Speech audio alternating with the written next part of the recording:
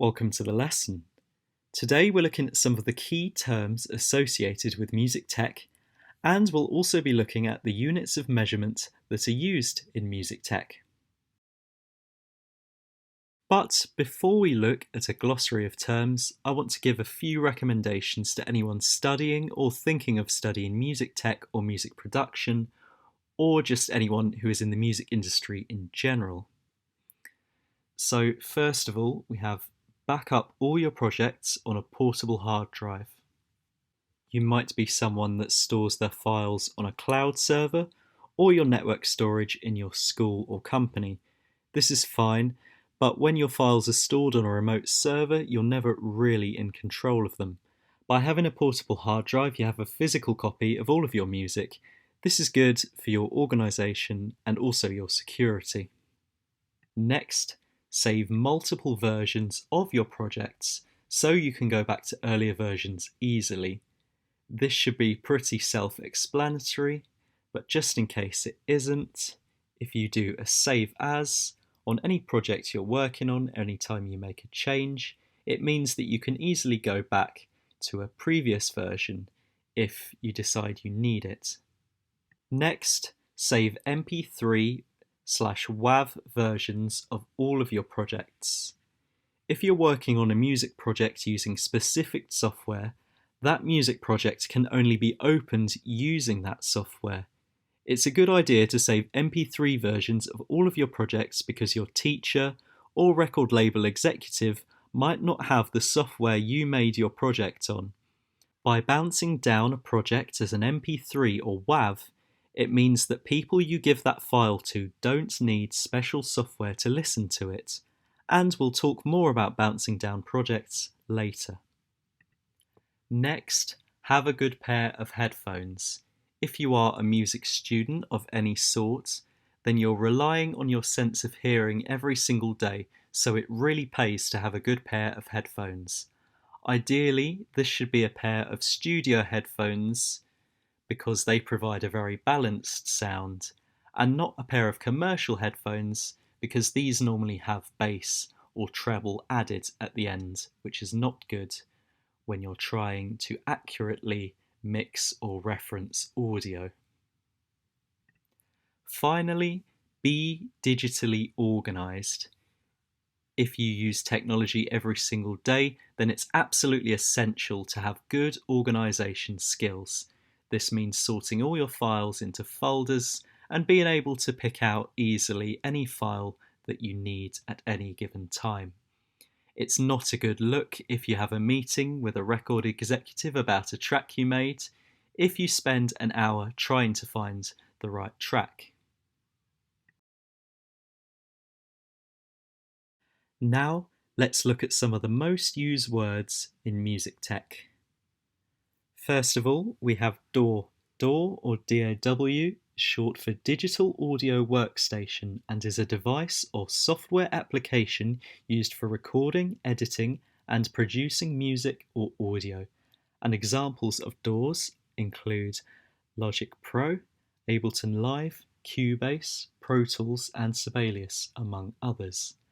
And below, you can see screenshots from 3 user interfaces: Apple Logic, Ableton Live in the middle, and Cubase on the right, and we will talk more about specific music softwares in a later episode. Next we have MIDI. MIDI is short for Musical Instrument Digital Interface and is a digital communications protocol that connects different digital instruments and other audio devices for playing, editing, and recording music and audio. And an example of that is a MIDI keyboard, which you can see on the top right here. Most DAWs are compatible with both Mac and Windows, but just in case you were wondering, here is a table of well-known music software and whether it's compatible with Windows and Mac.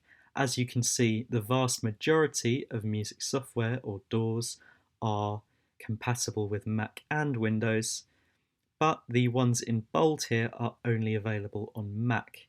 However, this isn't a complete list of DAWs. For an extensive list of DAWs, I recommend looking this up online.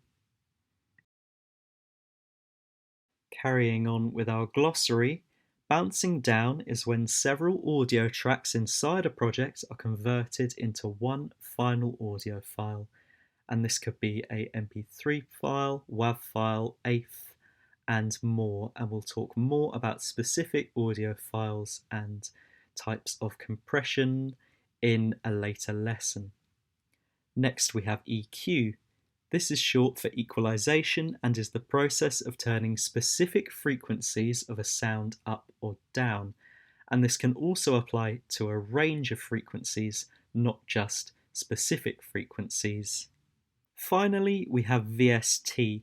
This stands for Virtual Studio Technology and is a software plugin that lets users make music directly in their computer. Most DAWs come with a range of VSTs pre-installed, and an example of this is the Vintage Mellotron, which comes pre-installed in Logic Pro. Now let's talk about the units of measurement used in music tech. Decibels is used to measure the amplitude or loudness of sounds. In a digital environment such as Logic Pro, the loudest a sound can be is 0 decibels, and this is sometimes referred to as peaking at 0. However, in the real world, common sounds and noises can range anywhere from about 30 decibels to 130 decibels, and any sound over 100 decibels in the real world can cause hearing damage if you are exposed to it for a prolonged period of time. So an example of that would be a live rock band, which would play at approximately 110 decibels. Next, let's talk about hertz. Hertz is the unit used to measure the frequency of different sounds. And for the purposes of this video, you can think of frequency as being the same as pitch, even though there are slight differences, but we will talk about that in a later lesson. So for example, a string orchestra will tune to a middle A, which is 440 Hz. However, in the real world, sounds are made up of lots of different frequencies, with the most dominant or the most loudest one being called the fundamental. Cents is a unit of fine tuning, which is commonly used in music software. 1 octave on a musical keyboard, so from C to the C above it, has 12 semitones in it, and there are 100 cents in 1 semitone. Finally, let's talk about milliseconds. Milliseconds is a unit of measurement of time and is commonly used in audio effects such as delay and reverb, and there are 1000 milliseconds in 1 second. In this exercise, I've taken 4 units of measurement, hertz, decibels, milliseconds, and cents, and provided an example of when you would use them. As a final challenge, why not have a go at linking the picture with the unit of measurement you would associate it with? Thank you very much for listening. If you have any questions about anything raised in this lesson, then please don't hesitate to contact me, either send a message or leave a comment. Thank you very much.